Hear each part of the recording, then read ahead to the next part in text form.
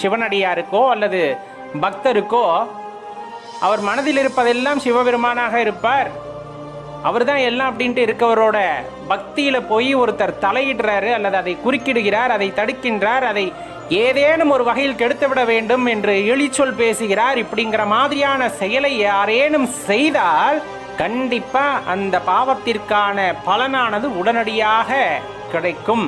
இது பெரும்பாலும் ஒருவரின் மனதை கெடுக்கின்ற வேலை. ஒருவருடைய கொள்கையில் தனது சித்தாந்தத்தை திணிக்க வேண்டும் என்று யாரேனும் முயற்சி செய்தால் அது தவறுதானே. பொதுவாக சொல்வது, எல்லா மனிதர்களுக்கும் தனிப்பட்ட கொள்கை இருக்கும். ஒவ்வொருவரின் கொள்கை ஒவ்வொருவருக்கு உத்தமமான விஷயம், அதுல மாற்று கருத்தை இல்லை. ஒருவர் கொண்ட கொள்கையை பற்றி அவதூறாக பேசுவதோ அல்லது அதை இழிந்து பேசுவதோ எந்த உரிமையும் நமக்கு கிடையாதல்லவா. அப்படி சிவனடியார்களை நிந்தித்தலும்